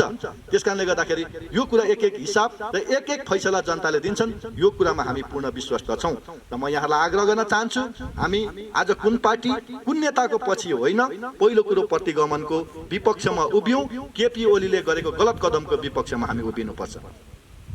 उहाँहरूले भनिराख्नु भएको छ सदन किन विघटन गरे। आजै मात्रै प्रधानमन्त्रीले भन्नुभएछ संसदले मलाई सहयोग गरेन, समानान्तर सरकार जस्तो भयो, पार्टीले मलाई सहयोग गरेन, त्यही भएर मैले संसद विघटन गरेँ। पहिलो कुरा आफ्नो पार्टीको अन्तरसङ्घर्ष र अन्तर्विरोध आफूले व्यवस्थापन गर्न सक्नु पर्थ्यो, किनकि त्यो पार्टीको उहाँ पनि अध्यक्ष हुनुहुन्थ्यो। ल ठिक छ, संसारमा दुईटा त प्र्याक्टिसहरू छन्। कम्युनिस्टहरूले जनवादी केन्द्रीयता मान्छन्। जनवादी केन्द्रीयता भनेको अल्पमत बहुमतको मातहतमा बस्नुपर्छ। प्रधानमन्त्रीज्यू पार्टीमा यदि अल्पमतमा पर्नु भएको थियो भने उहाँले स्वाभाविक हिसाबबाट राजीनामा दिएर मार्ग प्रशस्त गर्नु पर्थ्यो। कम्युनिस्ट परम्परा त्यो छ, जसको नेतृत्व जसको विचार उसैको नेतृत्व भन्ने हुन्छ। उहाँ चाहिँ अल्पमतमा पर्नु हो भने उहाँले राजीनामा दिने हो, संसद विघटन गर्ने होइन। प्रजातान्त्रिक मुलुकहरूमा पनि के छ भने यदि संसदमा र पार्टीमा आफूप्रति अविश्वास आयो भने विश्वासको मत लिनको निम्ति संसदमा जाने प्रचलन छ। तर उहाँले न संसदमा विश्वासको मत लिन जानुभयो, न पार्टीमा चाहिँ अल्पमत बहुमतलाई स्वीकार्नुभयो, उहाँ विघटनको बाटोतिर जानुभयो। र आज उहाँ भन्नुभएको छ पार्टीले सहयोगै गरेन। केमा सहयोग गरेन पार्टीले? उहाँलाई सबै कुरामा पार्टीले सहयोग गरेको छ, सबै कुरामा चाहिँ संसदले सहयोग गरेको छ। संसदमा दुईटा महत्त्वपूर्ण चिजहरू जान्छ, एउटा नीति कार्यक्रम, अर्को बजेट। संसदमा केही आलोचना केही टिप्पणीका बावजुद पनि उहाँलाई संसदले सहयोग गरेको थियो। नीति कार्यक्रम पास भयो, बजेट पनि पास भयो। बजेट कार्यान्वयनमा कतै अवरोध भएन, कतै विवाद भएन, कसैले विरोध गरेन। राजनीतिक नियुक्ति र महत्त्वपूर्ण सरकारले गर्ने निर्णय पनि उहाँहरूले गर्नुभयो। के कुरामा चाहिँ विरोध भयो त? जम्मा जम्मी पार्टीले उहाँहरूलाई नगर्नु भनेको एउटा एमसीसी भन्ने परियोजना मात्रै हो। एमसीसी भनेको एउटा परियोजना जहाँ नेपालको 15 अर्ब र अमेरिकाको 55 अर्ब गरेर 70 अर्बको लगानी हुन्छ। त्यहाँ नेपालमा केही सडकहरू र केही ट्रान्समिसन लाइनको चाहिँ बनाउने कार्यक्रम छ। त्यो अन्तर्गत आयोजनाहरू छन्। जम्मा केही राष्ट्रहित विपरीत केही प्रावधानहरू त्यसमा राखिएको छ। त्यो प्रावधानलाई हटाएर त्यो प्रावधानलाई सच्याएर एमसीसी पनि लागू गरौँ भनेको पार्टीले, त्यो पनि लागू नगरौँ भनेको होइन। तर उहाँले चाहिँ संसदले त मलाई बन्धक बनायो, पार्टीले काम गर्न दिएन भनेर बरु केही प्रश्नहरू उठे। तपाईँ यति धेरै चाहिँ मतलब के अरे कोरोनाले देशको सबै अर्थतन्त्र डामाडोल बनाउँदाखेरि पनि प्रधानमन्त्री नजिकका उप प्रधानमन्त्री ईश्वर पोखरेल र प्रधानमन्त्रीका चाहिँ राजनीतिक सल्लाहकार विष्णु रिमाल समेत जोडिएर एउटा ओम्नी भन्ने कम्पनीले कोभिडको अर्थात् कोरोनाको चाहिँ स्वास्थ्य सामग्री खरिदमा ठुलो भ्रष्टाचार गरेको कुरा देशव्यापी आयो। प्रमुख प्रतिपक्षी दलले नेपालका सञ्चार माध्यमहरूले यो कुरालाई व्यापक ढङ्गबाट उठाए। कम्युनिस्टको सरकार भएको बेला कात्रो किन्दाखेरि पनि कमिसन खाइयो भनेर प्रश्नहरू उठ्यो र अन्तिममा चाहिँ प्रधानमन्त्री यो कदमबाट अर्थात् ओम्नी यो कदमबाट पछाडि हट्न बाध्य भयो। यत्रो ठुलो भ्रष्टाचारको काण्डबारे कुरा हुँदा पार्टीमा छलफल हुन्छ कि हुँदैन त? स्वाभाविक रूपमा हुनुपर्छ। तपाईँ प्रधानमन्त्रीको सबैभन्दा नजिकका सञ्चार मन्त्री गोकुल बास्कोटाले सेक्युरिटी प्रेस खरिदमा 70 करोडको डिल गरेको त अडियो नै बाहिर सार्वजनिक भयो। उहाँले नैतिकताको आधारमा राजीनामा दिनुभयो, तर पार्टीमा त्यो छानबिनको विषय बनेन। अख्तियारलाई पनि त्यो छानबिन गर्न दिएन। दिन दहाडै 70 करोडको डिल गर्ने चाहिँ मन्त्रीलाई प्रधानमन्त्रीले आफै संरक्षण गर्नुभयो। उसको पक्षमा उभिनुभयो। अझै हुँदा काभ्रेमा गएर एकातिर गोकुल बास्कोटा, एकातिर काभ्रेका सबै जनता राख्दा नि गोकुल बास्कोटा गरौँ हुन्छ भनिदिनु भयो। गोकुल बास्कोटाको चाहिँ वेट बढी हुन्छ भनिदिनु भयो। तपाईँ वाइट बडी भन्ने एउटा चाहिँ विमान जो शेरबहादुर देउवाकै पालामा सम्झौता भएको, यद्यपि नेकपाको सरकारले पनि एक किस्ता पैसा त्यसलाई दिइसके पछाडि त्यहाँ भ्रष्टाचार भयो भनेर सार्वजनिक लेखा समितिमै कुरा उठ्यो। तर प्रधानमन्त्रीले त्यही कदमको बचाउ गर्नुभयो। त्यो कहीँ पनि चाहिँ त्यसको चाहिँ त प्रतिरक्षा गर्नुभयो, त्यसको बारेमा कहीँ कारबाही प्रक्रिया अगाडि बढाउनु भएन। प्रधानमन्त्री नजिक रहेको यति होल्डिङ्स कम्पनी जसले चाहिँ नेपाल ट्रस्टको महत्त्वपूर्ण जमिनहरू, दरबार मार्ग लगायत महत्त्वपूर्ण ठाउँका जमिनहरू, यही हाम्रै नजिकै रहेको पाथिभरा लगायतका महत्त्वपूर्ण जमिनहरू लिजमा लिएको छ। देशको महत्त्वपूर्ण ठाउँहरू यति होल्डिङ्स भन्ने कम्पनीलाई जिम्मा लगाइएको छ। प्रधानमन्त्री त्यो बारे कुरा उठायो भने राष्ट्रद्रोही बनाउनुहुन्छ, अरूलाई सरकार विरोधी बनाउनुहुन्छ, व्यवस्था विरोधी बनाउनुहुन्छ, त्यसको प्रतिरक्षा गर्नुहुन्छ उहाँले।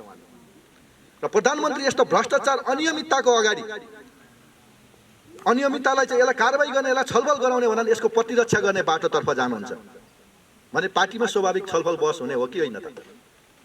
प्रधानमन्त्रीलाई राम्रा काममा पार्टीले जहिले पनि सहयोग गर्यो, जहिले पनि संसदले सहयोग गर्यो, तर प्रधानमन्त्रीले जब भ्रष्टाचारको आफै संरक्षण गर्नुभयो र कतिपय ठाउँमा आफै मुसिनुभयो र आफै प्रतिरक्षा गर्नुभयो, त्यसमा पार्टीले आलोचना गर्यो, त्यो छलफलको विषय बन्यो। प्रधानमन्त्रीजीले मन परी गर्न खोज्नु भएको थियो, पार्टीले मन परी गर्नबाट रोक्न चाहेको थियो। कुरा यति मात्रै हो, राम्रो कामको निम्ति कहीँ पनि अवरोध थिएन। तर आज उहाँलाई सबैभन्दा बाधक चाहिँ अहिले पार्टी बन्यो र संसद बन्यो। उहाँ पार्टी विभाजनको बाटोमा रोज्नुभयो र संसद विघटनको बाटो रोज्नु भएको छ। र आज उहाँ चाहिँ फेरि ताजा जनादेशको कुरा गरिराख्नु भएको छ, लोकतान्त्रिक प्रक्रिया कुरा गर्नुभएको छ। यो सबै झुट हो। प्रधानमन्त्री सर्वसत्तावादको बाटो, तानाशाहको बाटो र निरङ्कुश सत्ता सञ्चालन गर्ने बाटोमा हिँड्नु भएको छ। मलाई विश्वास छ जनताको अगाडि प्रधानमन्त्रीजीको यी सबै परिकल्पनाहरू खरानी साबित हुनेछन् र हामीले जनताको बिचमा चाहिँ निर्वाचनको बेला होस् या अन्य बेला जे जस्ता प्रतिबद्धताहरू व्यक्त गरेका छौँ ती सबै पुरा नहुने स्थितितिर चाहिँ प्रधानमन्त्रीज्यूले देशलाई अस्थिरताको बाटोमा लानु भएको छ। मलाई के विश्वास छ भने प्रधानमन्त्रीको यो कदमलाई हामी रोक्छौँ र प्रधानमन्त्रीलाई हामी यो मैले अघि पनि भने साँच्चैका तानाशाह बादशाहलाई सडकमा घिसारेको नेपाली जनताले कागजी बादशाह खड्गप्रसादलाई साँच्चै सडकमा झार्छ र हामीले साँच्चै चाहिँ हामीले परिकल्पना गरेको एउटा लोकतान्त्रिक र चाहिँ एउटा लोक कल्याणकारी व्यवस्था हो, यसलाई निरन्तरता हामी दिन्छौँ। यो विश्वास म तपाईँलाई व्यक्त गर्न चाहन्छु।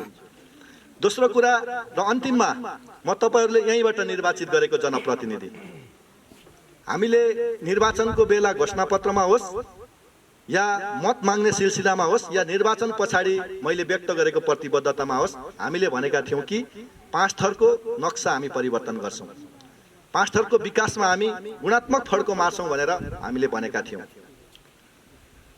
र मैले अघि पनि भने हामी जब सरकारमा प्रवेश गरिसकेपछि एउटा बृहत गुरु योजना अनुसार 5 थरको पूर्वाधारको क्षेत्रमा, कृषिको क्षेत्रमा, हामीले सिँचाइ खानेपानीको क्षेत्रमा, विद्युतीकरणको क्षेत्रमा महत्त्वपूर्ण कामहरूको थालनी गरेका छौँ। कतिपय साथीहरूले 30औं वर्षसम्म शासन गर्दाखेरि पनि विकासको क्षेत्रमा र पूर्वाधारको क्षेत्रमा कुनै देखिन योग्य काम गर्नु भएन। तर हामीले सरकारमा गएको करिब हामी निर्वाचन सकिएको 3 वर्ष भएको छ, 3 वर्षमा महत्त्वपूर्ण आयोजनाहरू सुरुवात भएका छन्। आज हरेक ठाउँमा तपाईँ सरकारमा रहँदा सुरुवात भएका यी आयोजनाहरू अब के हुन्छन् भन्ने प्रश्न साथीहरूले राख्नु भएको छ। म विश्वास दिलाउन चाहन्छु सरकार भनेको अविच्छिन्न उत्तराधिकारीहरूको संस्था छ, यो कामले निरन्तरता पाउँछ। एक दोस्रो कुरा, प्रदेश 1 मा अविश्वासको प्रस्ताव अगाडि बढिसकेको छ। अहिले प्रदेश 1 मा फेरि नेकपाकै नेतृत्वमा संयुक्त सरकार बन्ने प्रक्रिया अगाडि बढिरहेछ। फेरि हाम्रो सरकार बन्छ। त्यो सरकार बनिसकेपछि यी विकासका कामहरूलाई हामी निरन्तरता दिन्छौँ र थप यहाँहरूसँगकै छलफलमा अन्य कामहरूलाई पनि अगाडि बढाउँछौँ। म धेरै चर्चा गर्न चाहदिनँ, हामीले देखिने गरी काम सुरुवात गरेका छौँ। केही साथीहरूले पहिल्यैदेखि तमर करिडोर बनिरहेको थियो, यसपालि थपिएको बजेटलाई नि मैले नै ल्याएको भनेर किताब निकालेका छन्। केही साथीहरूले राके रवि भेटार भनेको पहिल्यै भारतको एक्जिम ब्याङ्कबाट लोन सम्झौता, तत्कालीन अर्थमन्त्री ज्ञानेन्द्र कार्की हुँदाखेरि लोन सम्झौता गरिएको राके रवि भेटारको सडक निर्माण प्रक्रिया सुरु अहिले भएको छ, त्यो पनि मैले नै गरेको भनेर किताब निकालेका छन्। हिजैदेखि विद्युतीकरणले निरन्तरता पाइरहेको थियो, त्यो बजेट पनि मैले नै गरेको। अनि करिब 10 वर्ष अगाडि पारित भएको सुक्खा क्षेत्र र सुक्खा क्षेत्रमा भएको लिफ्टिङ पनि र त्यहाँ थप भएको बजेट पनि मैले नै गरेको भनेर किताब निकालिरहेका छन्। म यस्तो झुटो प्रचारमा त्यति रमाउँदिनँ पनि। सायद मैले राम्रो गरेको छु भने त्यसको जवाब या त्यसको चाहिँ मतलब त्यसको चाहिँ राम्रो कामको प्रशंसा जनताले नै गर्नुहुनेछ। र यदि मैले गलत काम गरेको छु भने त्यसलाई दण्डित जनताबाटै हुनेछ। जनताले दिएको फैसला मेरो निम्ति मान्य हुनेछ। र मैले भन्नै पर्छ कि हामीले सानातिना मात्रै न, ठुला ठुला पूर्वाधारको कामहरू हामीले सुरुवात गरेका छौँ। अहिले साथीहरूले के हेर्नुभयो, म त पहिलोचोटि निर्वाचित भएको, तर पहिलोचोटि निर्वाचित हुँदै यासोक आउने बाटोमा कालो पत्रे आगामी आर्थिक वर्षभित्र सम्पन्न हुँदैछ। त्यो त उहाँहरूको कहिले आँखामा परेन। अहिले यासोक बजार जहाँ चाहिँ के अरे कहिले पनि चाहिँ के अरे धुलो र हिलोले कहिले छोडेको थिएन यासोक बजार। म आफू मन्त्री भइसकेपछि नै अहिले त खोइ कता कता कसले ल्याएको भनेर साथीहरू प्रचार गर्नुहुन्छ अरे, त्यो पनि ठिकै छ। यासोक बजार अहिले कम्तीमा बजार जस्तो बनाउने प्रक्रिया सुरुवात भएको छ। यासोक बजारमै एउटा महत्त्वपूर्ण एउटा प्रशासकीय भवन अर्थात् महत्त्वपूर्ण एउटा आवास भवन पनि निर्माण काम भइरहेको छ। थुप्रै यस्ता कृषिका पकेट क्षेत्रहरू निर्माण भइरहेका छन्। थुप्रै ठाउँमा चाहिँ हामीले चाहिँ साना भन्दा 50 लाख 1 करोडको त दर्जनौं सडक निर्माणका कामहरू अगाडि बढिरहेछन्। यासोकदेखि उत्तरै हुँदै तमोर करिडोरसम्म चाहिँ जोडिने सडक पनि डिपिआर भएर काम अगाडि बढिरहेको छ। यो त हामी निर्वाचित भइसकेपछि नै त यी कामहरू भइरहेका छन् नि त।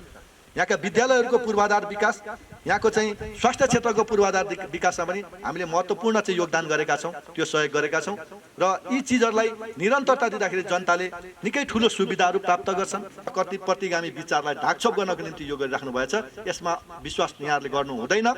र एक दोस्रो कुरा, जुन प्रतिगामी चाहिँ एउटा कदमलाई हामीले विकास निर्माण या सामान्य पद प्रतिष्ठासँग हामीले साट्ने कुरा पनि होइन।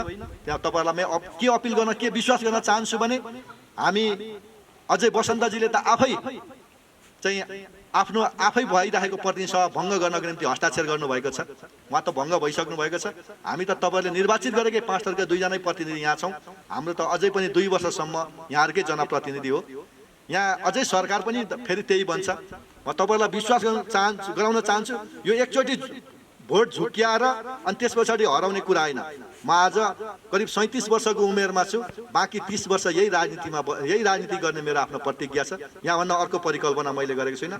30 वर्षसम्म तपाईँहरूको आँखामा सिधा आँखा जुदाएर कुनै पनि तपाईँहरूले विश्वास गरेको, तपाईँहरूको कहिले पनि शिर झुक्ने काम नगरिकन यहाँको जनताको विकासको काम, समृद्धिको काम, यहाँको जनताको आर्थिक जीवनस्तर माथि उठाउने काम, यहाँका ठुला भौतिक पूर्वाधारका निर्माण गर्ने काम हाम्रै नेतृत्वमा हुन्छ र हामी नै गर्छौँ।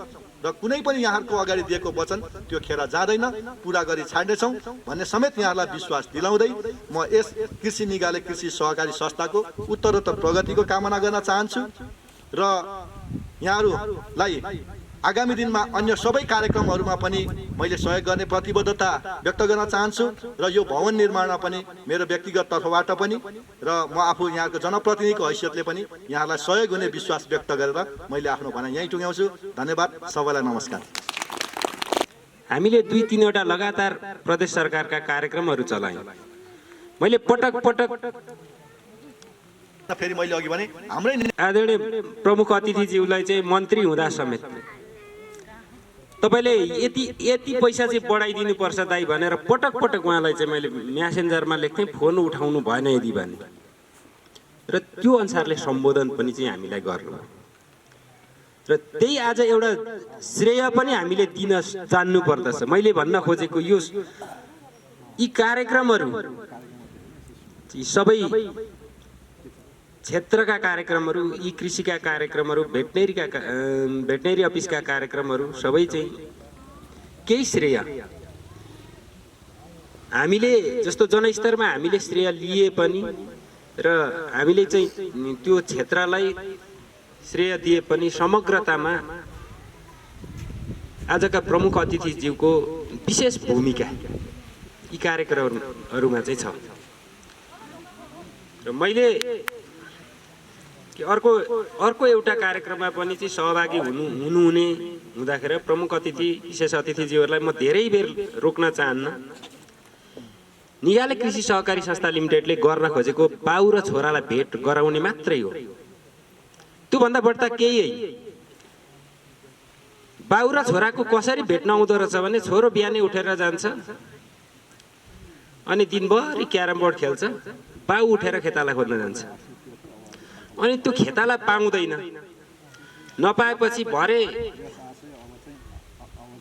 के गर्छ, आमालाई आएर भन्छ होइन मैले त खेताला पाइनँ, छोरो बेलुका आउँछ भोक लाग्यो भन्दै आउँछ, ती बाउ छोराको कहिले भेट नहुने हो। अब हामी ती बाउ छोरालाई भेट गराउँदैछौँ, काम त्यसैका घरमा छ, त्यो क्यारम बोर्ड नखेलेर चाहिँ त्यसले काम गरिदिने खेतबारीमा हो भने त्यो बाँझो पनि हुँदैन र त्यो बाउ छोराको जति बेलै भेट हुन्छ। हामीले गर्न खोजेको यो हो एउटा। र एक समय एक समय यो ठाउँ जहाँ हामी आज कार्यक्रम गर्दैछौँ एउटा पूर्वाधारको विकास गर्न खोज्दैछौँ र जुन एउटा चाहिँ संस्थाको भौतिक सम्पत्तिको रूपमा स्थायी सम्पत्तिको रूपमा विकास गर्न खोज्दैछौँ यो ठाउँ प्राय मानव बस्तीविहीन बन्ने अवस्था थियो जति बेला र त्यही बेला हामी करिब करिब यहाँबाट चाहिँ घन्टौँसम्मको बाटो खानेपानी बोक्न 10-20 लिटर पानी बाँडेर धेरै तलबाट चाहिँ बोक्ने गर्दथ्यो। त्यही बेला तम्मर लिफ्टको कुरा चल्दै थियो र तम्मर लिफ्टलाई होल्ड गर्ने समय थिएन, हामीसँग त्यो समय नै थिएन। त्यस्ता दिनहरू विकराल रूपमा चाहिँ खडा भइराखेको बेला यो ठाउँमा चाहिँ डिप बोरिङका आयोजनाहरू सञ्चालन भयो। डिप बोरिङको अवधारण युवाले देश बनाउँछ भन्ने कुरामा म विश्वस्त छु र युवा नेतृत्वले को खराबी त्यत्रो मैले धेरै देख्दिनँ। त्यही अनुसार चाहिँ जस्तो डिप बोरिङको धारणा ल्याउनु भयो र जति बेला डिप बोरिङ यहाँ सञ्चालन भए तब हामीलाई अब हामी बाँच्छौँ भन्ने र यो ठाउँमा बस्न सकिन्छ, यो ठाउँमा हामी अब स्थायी रूपमा बस्छौँ भनेर हामी यी संरचनाका खोजी र कार्यक्रमका खोजी गर्न थाल्यौँ।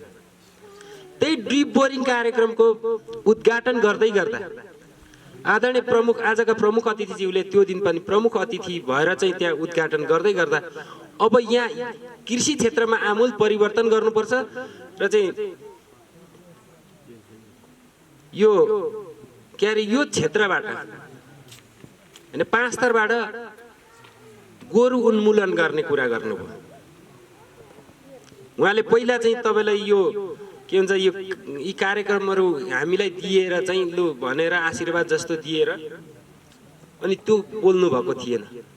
अघि जो चित्र भन्नुभयो चित्र बनाएको थियौँ हामीले चाहिँ 5 स्तरको नक्सा परिवर्तन गर्न चाहेको थियौँ भन्नुभएको थियो। त्यही अनुसारले त्यो चित्र चाहिँ त्यति बेला त्यहाँ झल्कियो र हामीले काम गर्दै के अरे हामीले सञ्चालन गरेका कार्यक्रमसँग मेल खान गयो। सोही कार्यक्रम मार्फत गत साल मात्रै हामीले चाहिँ यहाँ करिब 1 करोड हाराहारीको चाहिँ कार्यक्रम सम्पन्न गर्यौं साझेदारी र 50औं लाखका हामीले चाहिँ मेसिन औजारहरू भित्रायौं। जबकि आज प्रत्येकका घरमा प्रत्येक टोलमा चाहिँ हामी आधुनिक के अरे कृषिका आधुनिक मेसिन औजारहरू सञ्चालन गरेका छौं र त्यो मार्फत चाहिँ हाम्रा खेतीपाती सञ्चालन गर्न सुरु गरेका छौं। र यो संकलन केन्द्रका केही उद्देश्यहरू छन्। म आदरणीय प्रमुख अतिथि विशेष अतिथिज्यूहरूलाई के विनम्रतापूर्वक निवेदन गर्न चाहन्छु भने यो जो यहाँ हाम्रो अगाडि देखिराखेको सडक यो लुम्घाट जोड्ने सडक यो मुख्य राजमार्ग र भोलि पिच हुने बाटो यही हो र हामीले यो भन्दा माथि रहेको एउटा ऐतिहासिक देवस्थल कुम्माई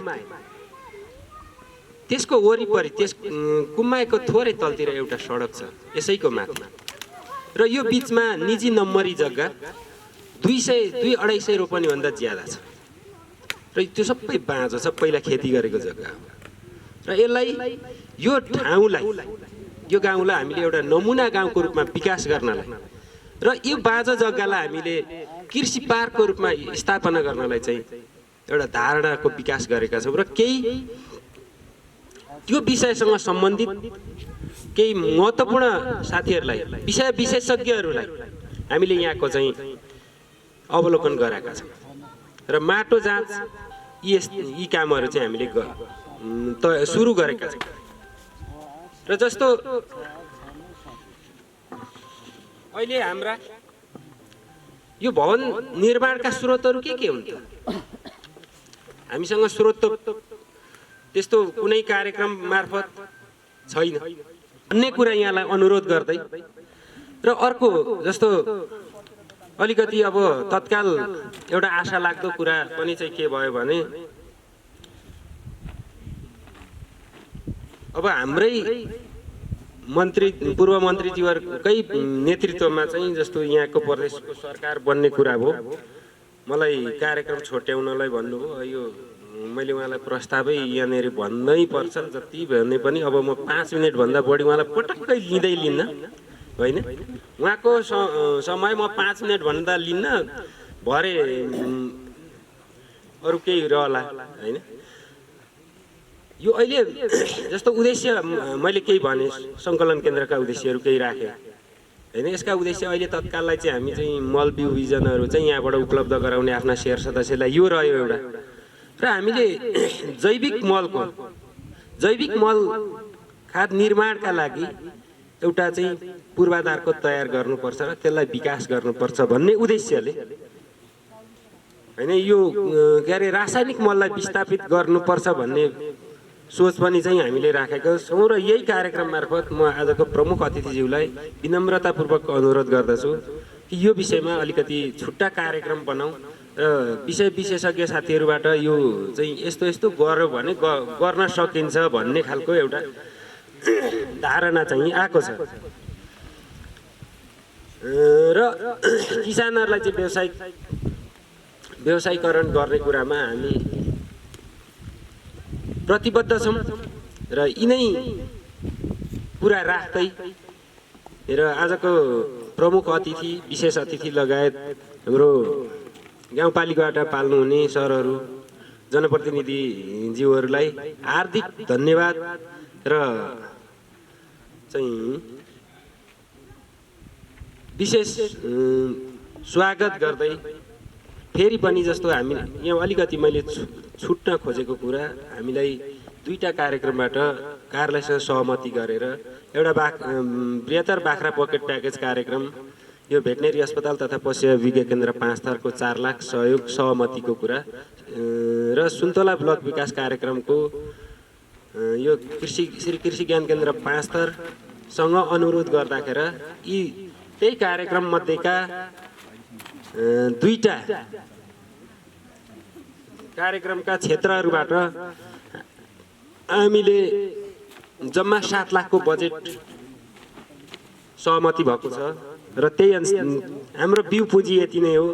र अन्य स्रोत भनेको हामीले आन्तरिक स्रोत एवं चन्दा भनेर चाहिँ हामीले 13 लाख अनुमान गरेका छौँ होइन। र अब आजका प्रमुख अतिथि विशेष अतिथिज्यूबाट के कस्तो हुन्छ त्यो पछि होइन। अब अघि नै उहाँले म सक्दो सहयोग गर्छु भनेपछि 13 लाख पनि दिन सक्नुहुने पो त्यो ठुलो कुरो भएन होइन। अब फेरि यो अलिक थोर पो भोगिँदै अब यिनै स्रोतका चाहिँ शीर्षकहरू यहाँहरूलाई छर्लङ्ग पार्दै यो एउटा विशेष अवस्थामा उहाँहरू घुम्दै चाहिँ आफ्नो आन्तरिक पार्टी कार्यक्रमको दौरानमा आउँदै गर्दाखेरि यो एउटा मौका हामीलाई दिनुभएकोमा म विशेष धन्यवाद उहाँहरूलाई दिँदै आजको यो कार्यक्रम यही समापन भएको घोषणा गर्दछु। हस्त नमस्कार, धन्यवाद।